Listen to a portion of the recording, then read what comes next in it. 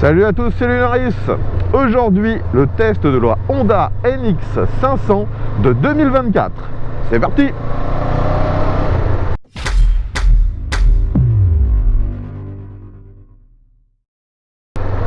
Les amis, on se retrouve de nouveau sur mon lieu de tournage habituel avec une moto très récente. Elle est sortie, vous l'avez compris, en 2024 et c'est un abonné belge qui a fait la route donc depuis la Belgique jusqu'ici en Normandie afin de me proposer le test de cette machine. Merci encore à lui d'avoir fait la route.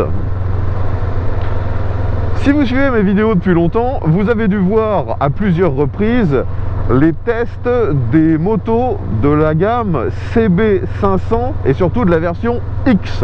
La version X étant la version un peu trail de la gamme CB500.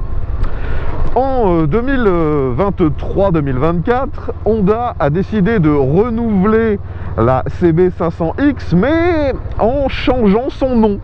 Maintenant, il n'y a plus officiellement de CB500X au catalogue.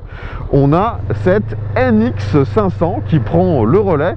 Mais sachez qu'au niveau technique, on retrouve quasiment la même moto, c'est le même cadre, le même moteur, et c'est juste une évolution esthétique plutôt que réellement technique. Donc cette NX500 se veut un petit peu plus tout-terrain, un peu plus Dakar dans son esthétique. Vous voyez qu'elle a une face avant un peu plus verticale.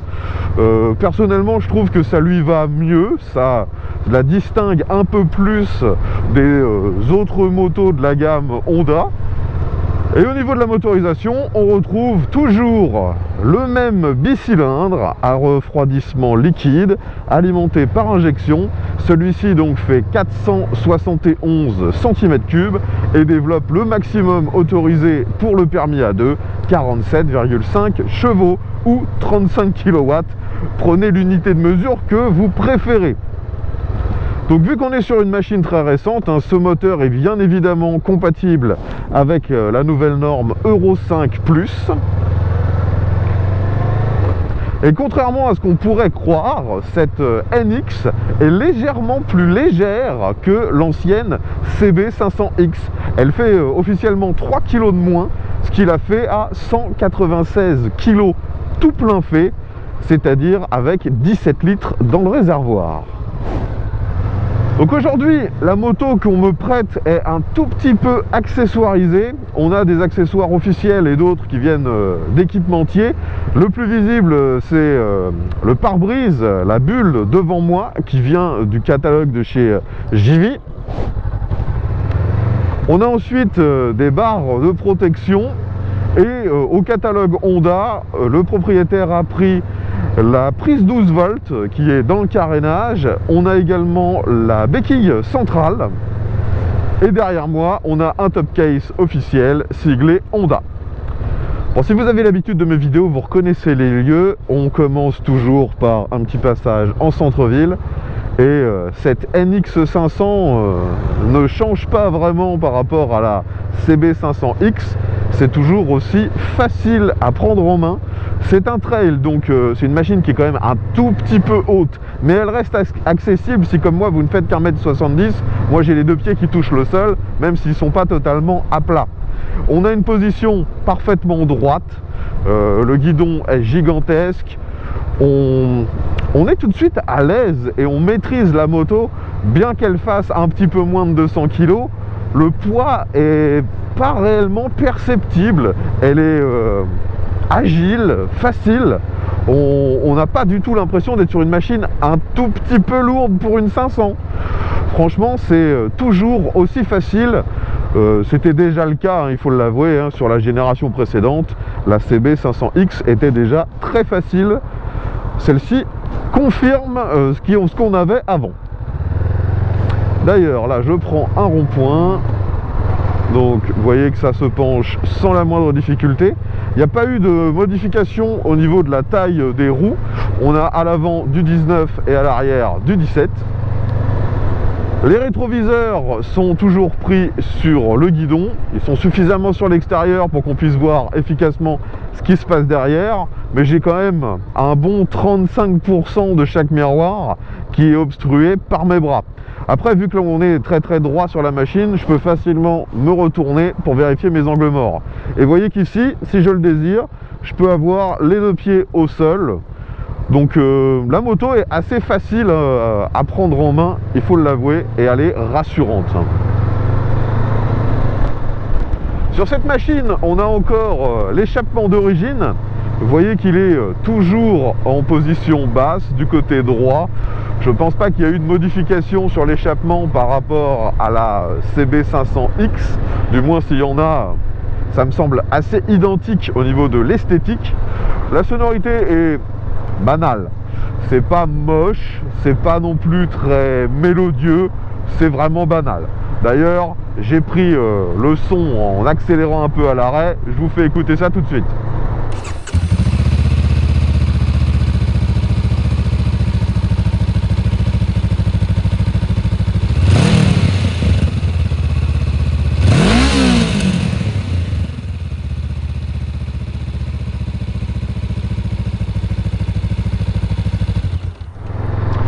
Alors ici, nous sortons un peu de l'agglomération, on va pouvoir accélérer légèrement. Et pour l'instant, ce qui me bluffe le plus, c'est l'efficacité de cette bulle JV. Elle est vraiment hyper bien dessinée. J'ai très peu d'air qui arrive sur moi. Vous savez que la plupart du temps, sur les trails, moi, j'ai souvent les bulles qui font que l'air est directement en plein dans mon visage. Là, franchement, c'est bien dimensionné. Ça envoie l'air juste au-dessus de mon casque. C'est parfait. Et d'ailleurs, pour vous le prouver, je vais me mettre debout. Et là, vous devez l'entendre, j'ai vraiment pas mal d'air en pleine tête. Dès que je redescends, je suis complètement camouflé derrière cette bulle. Je pense que c'est vraiment un indispensable sur cette moto. Le propriétaire me disait que la bulle d'origine était trop courte et que justement, ça déviait tout le flux d'air en plein sur le visage. Maintenant, nous arrivons sur un passage à basse vitesse. Je suis redescendu en deuxième. Ça se manœuvre toujours avec aisance. Comme je vous l'ai dit, on sent assez peu le poids de la moto. Et la facilité est très certainement due également aux faibles tailles de pneus. Donc les amis, nous voilà ici comme d'habitude pour tester l'accélération de ce modèle. C'est une moto moderne, donc elle est à injection, il y a des sécurités, il y a un traction control, il y a l'ABS, mais ils n'ont toujours pas installé différentes cartographies d'injection sur cette gamme de machines. C'est une moto relativement simple. Donc aujourd'hui, on va faire bien sûr l'accélération juste ici. Je rappelle qu'elle est donnée pour 47,5 chevaux et un petit peu moins de 200 kg. Je pense qu'avec l'équipement supplémentaire qui a été rajouté, on doit être aux 200 kg. Allez, c'est parti, premier test.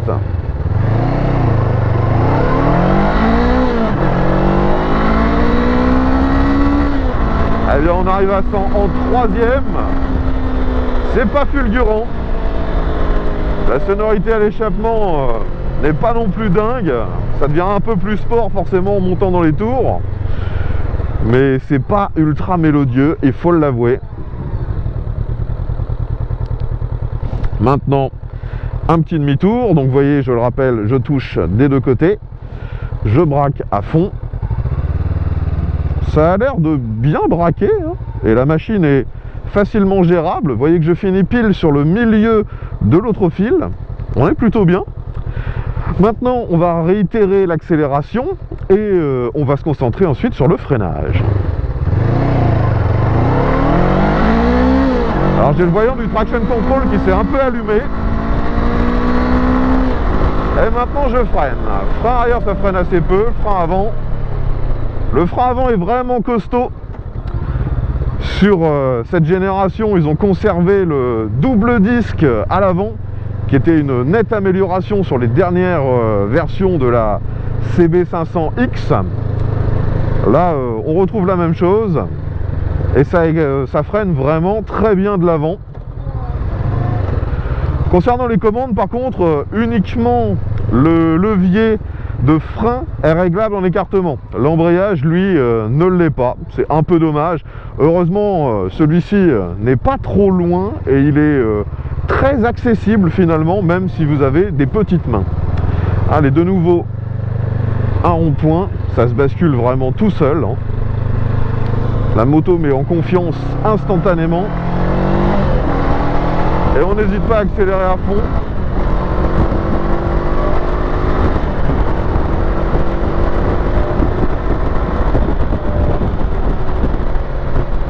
Franchement, c'est... Au niveau des performances, c'est juste ce qu'il faut. Personne n'a réellement besoin de plus de 47 chevaux. Vous pouvez avoir envie de plus. Mais avec cette puissance, même sur une moto de 200 kg, vous pouvez atteindre un petit 170, donc bien au-delà de toutes les limites.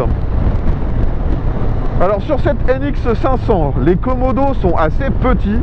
On a sur la gauche une espèce de croix qui permet de naviguer dans les menus. On a un bouton pour le traction control, on a une gâchette pour l'éclairage, un bouton pour le klaxon et bien sûr les clignotants. Sur la droite, démarreur, coupe-circuit et un gros bouton de feu de détresse. Maintenant sur la NX 500, par rapport à la CB, on a un écran couleur LCD. C'est bien mieux que ce qui se faisait précédemment. C'est d'ailleurs, si je ne me trompe pas, le même écran que sur la Transalp. Donc on retrouve les mêmes menus. D'ailleurs, tout est traduit en français et dans plein d'autres langues.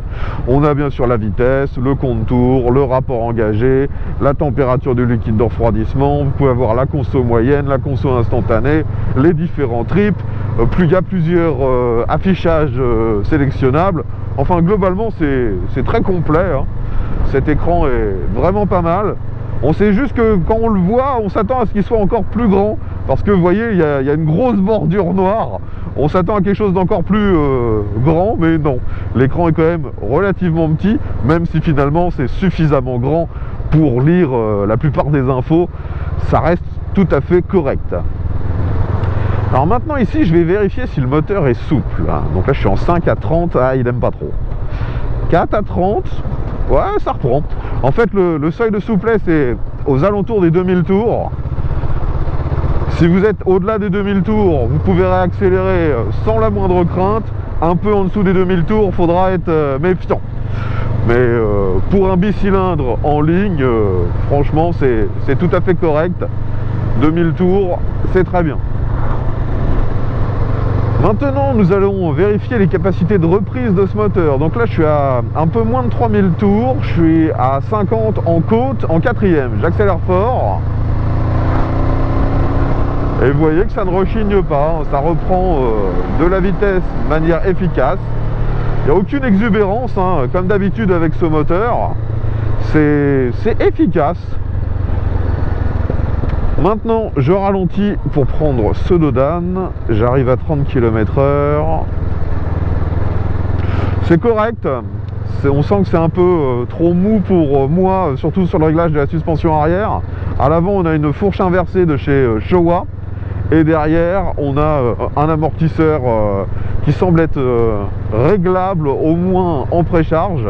Allez, je prends ce prochain dodan un petit peu plus vite. Là, j'arrive à environ 50. Ouais, c'est correct. C'est correct. Les suspensions sont pas géniales, mais vous n'allez pas être désarçonné non plus. C'est correct. Si je dois faire un comparatif par exemple avec la CL500, eh bien les suspensions ici sont quand même bien plus efficaces, bien plus fermes. Sur la CL500, elles sont vraiment beaucoup trop molles. Maintenant, nous arrivons dans une succession de virages. Voyons si on peut s'amuser avec cette NX sur route.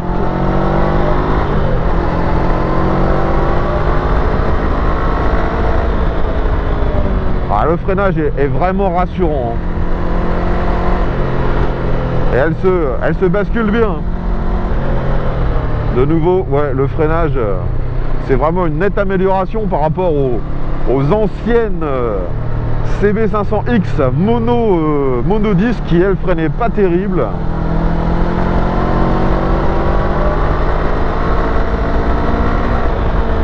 Et vous voyez donc si on lui demande, le moteur est capable de prendre des tours, et il monte jusqu'à environ 8000. Mais personnellement je trouve pas que l'utiliser à haut régime soit le plus fun. Je préfère personnellement rester entre 2 et 4000 tours. Je trouve que c'est là où il est le plus agréable.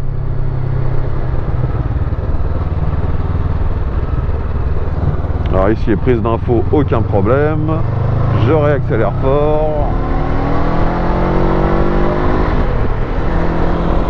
Voilà, de nouveau, comme d'habitude avec cette gamme de motos, les performances sont pas dantesques, mais elles sont suffisantes. On se sent jamais en danger avec une machine de ce genre. Et surtout, ce qui me surprend le plus, c'est la protection offerte par cette bulle JV. Je le redis, c'est très très très bon.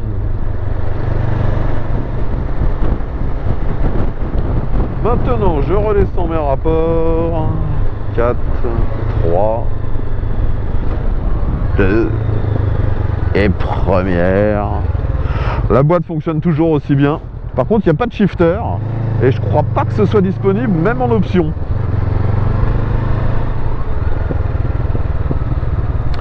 Un autre point qui est quand même satisfaisant avec ce type de machine, c'est que forcément on est très droit, donc on domine un peu les autres véhicules. On a une prise d'info et un sentiment de sécurité qui sont excellents. On se sent vraiment bien sur ce type de machine. Et surtout, c'est très très très rapide ce sentiment. C'est quasi instantané en fait. Il y a des motos où il faut les apprivoiser pour se sentir à l'aise. Sur celle-ci, en 10 minutes, vous avez l'impression de la maîtriser depuis toujours.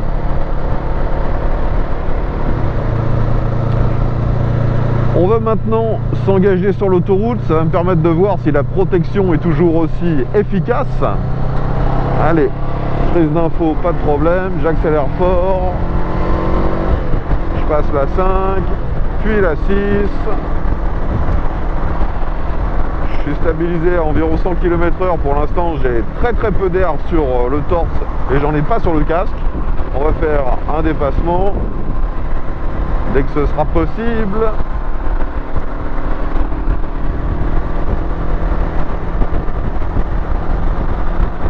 Il y a quand même un peu de trafic aujourd'hui.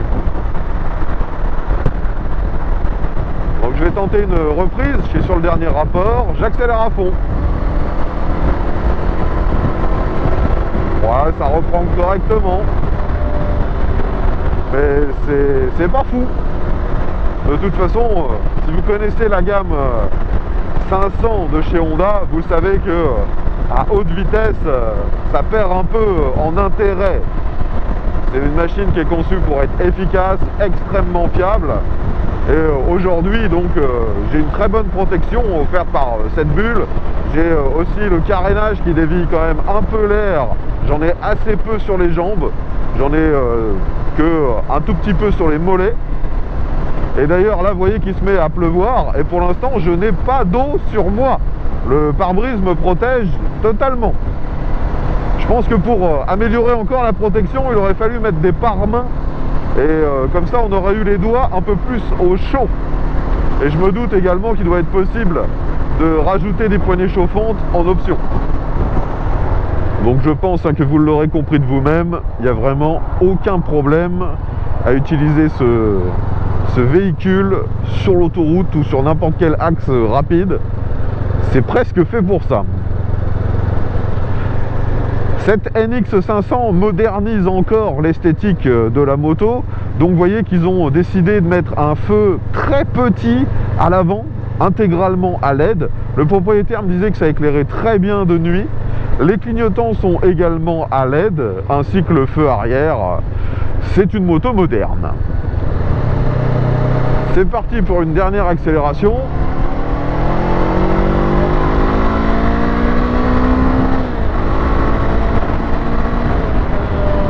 Alors après, avec cette moto, comme sur beaucoup de trails, il faut faire quand même attention aux rafales de vent latéraux, enfin vent latéral, parce que la machine bouge quand même pas mal.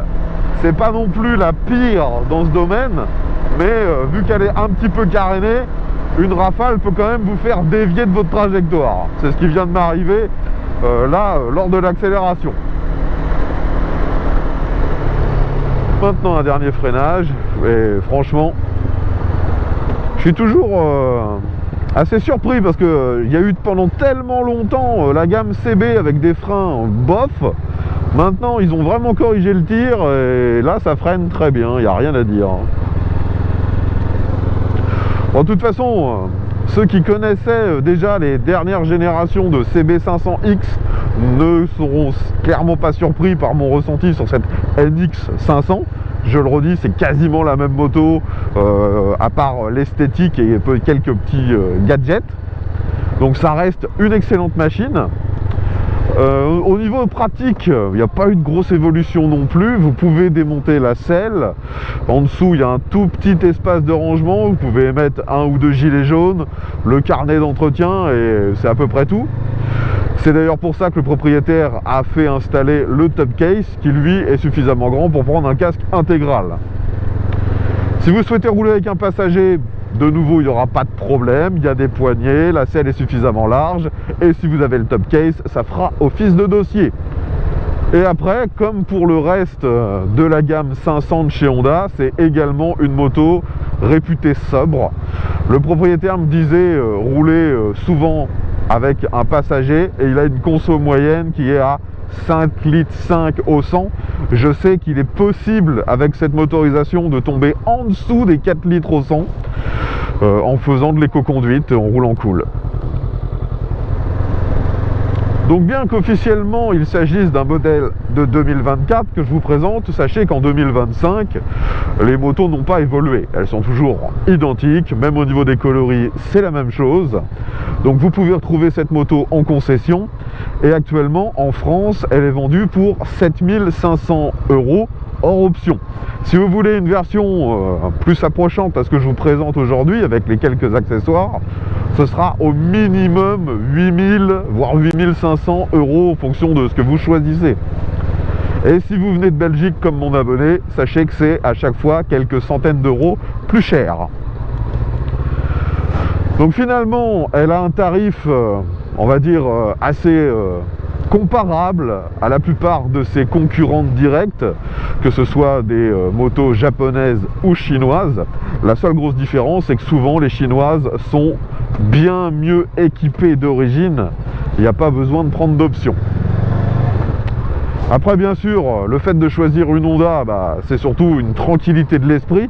En France, maintenant, ces motos sont garanties 6 ans. En Belgique, elles sont encore garanties que 5 ans, ce qui est déjà quand même très très bien. Et vous devez le savoir, cette motorisation est réputée extrêmement fiable. Donc, vraiment, c'est une tranquillité de l'esprit quand vous choisissez une machine de ce genre. Vous savez que vous n'aurez globalement aucune surprise. Donc pour terminer, si vous aviez déjà une des précédentes CB500X, si vous voulez juste renouveler votre machine, sachez que vous ne serez pas déçu avec cette NX500, c'est à peu près la même chose en mieux.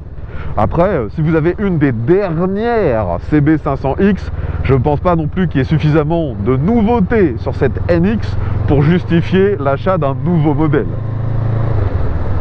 Je pense maintenant avoir fait le tour des caractéristiques de cette moto. Si vous avez des questions, l'espace commentaire est là pour ça. Je tiens de nouveau à remercier mon abonné d'avoir fait la route depuis la Belgique afin de me proposer cette machine en test et que je puisse bien sûr vous la présenter. Ça me permet également de vous repréciser que sur ma chaîne, l'ensemble des tournages sont faits en collaboration avec mes abonnés. Donc si comme lui, vous disposez d'un véhicule, que ce soit moto, scooter, cyclo, voiture, enfin peu importe, si vous avez quelque chose que vous aimeriez me voir tester en vidéo, eh bien n'hésitez pas à prendre contact avec moi, tous les moyens de le faire sont dans la description. Mon lieu de tournage se situe en Normandie, près de Rouen. Comme d'habitude, si vous avez apprécié la vidéo, pensez à mettre un pouce vers le haut, à partager celle-ci sur les différents réseaux sociaux. Je vous invite également à vous abonner si ce n'est pas déjà fait. Et pensez également, si vous utilisez un smartphone pour lire ces vidéos, à utiliser la fonction Boost qui permet logiquement de montrer à l'algorithme YouTube que vous avez envie de promouvoir le contenu que je propose. Merci d'avance. Je vous remercie de nouveau d'avoir regardé cette vidéo dans son intégralité. Je vous dis à bientôt et bien à tous.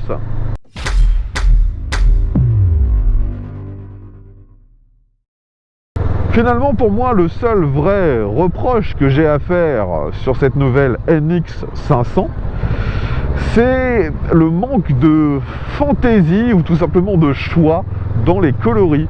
Actuellement, elle n'est disponible qu'en noir, blanc ou rouge, et ça manque justement de couleurs un peu plus flashy, un peu plus sympa.